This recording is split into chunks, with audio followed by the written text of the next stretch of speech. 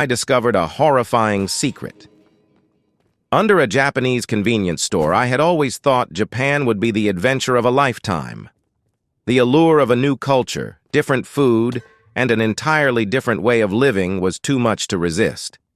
My job as an English teacher in a small town just outside Tokyo was perfect, giving me a chance to experience Japan in a way most tourists never could.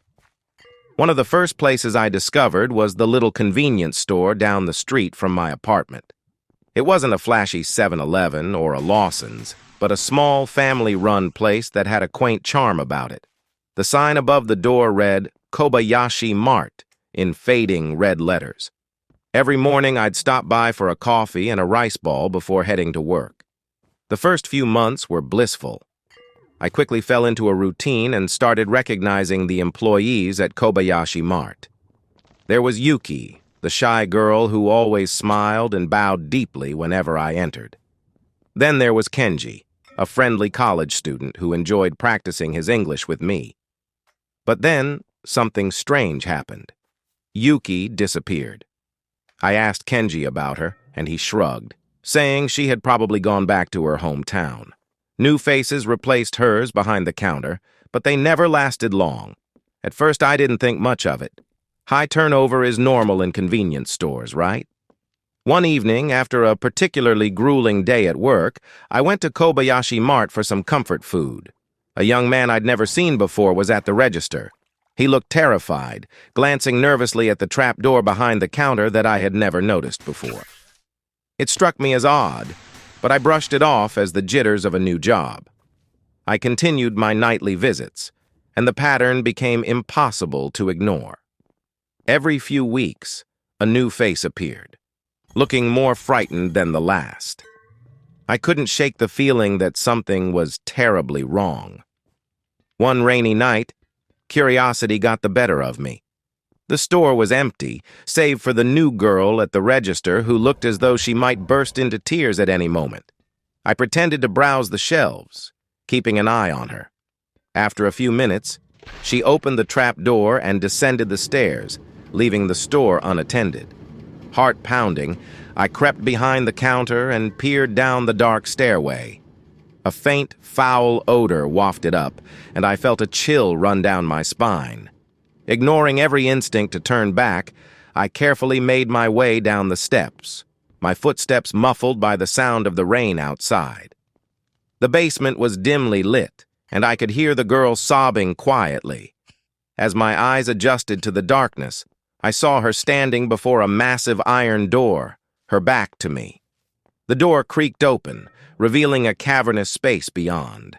She stepped inside and I followed, staying as silent as possible. What I saw next will haunt me forever. In the center of the room was a grotesque creature, its enormous bloated body covered in glistening scales. Rows of sharp teeth lined its gaping maw, and its eyes glowed with a malevolent intelligence. The girl stood frozen, paralyzed with fear. Before I could react, the creature lunged forward, and the girl's scream was cut short. I stumbled backward, my breath coming in ragged gasps. I turned and fled up the stairs, my mind racing with terror. I didn't stop until I was safely back in my apartment, locking the door behind me. My hands trembled as I tried to process what I had just witnessed. Kobayashi Mart was a front, a facade, hiding something monstrous beneath the surface. The next day, I called in sick to work, my mind consumed by the horror of the previous night. I had to do something. But what? Who would believe me? The police?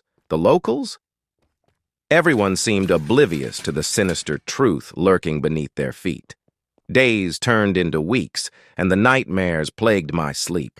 I avoided Kobayashi Mart, opting for a longer walk to the nearest 7-Eleven instead. But the guilt gnawed at me.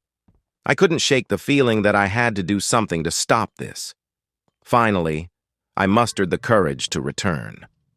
The store looked the same as ever, but I knew better. Another new employee greeted me, her eyes wide with fear. I needed proof, something to show the authorities.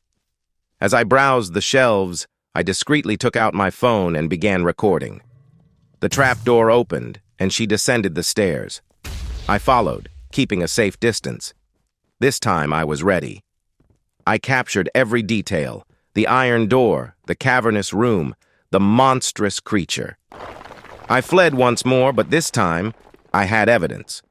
I took it to the police, my heart pounding with a mix of fear and hope. They were skeptical at first, but the video spoke for itself. A raid was organized, and Kobayashi Mart was shut down. The creature was captured, its existence hidden from the public to prevent mass hysteria. The town moved on, unaware of how close they had come to a living nightmare. As for me, I couldn't stay. The memories were too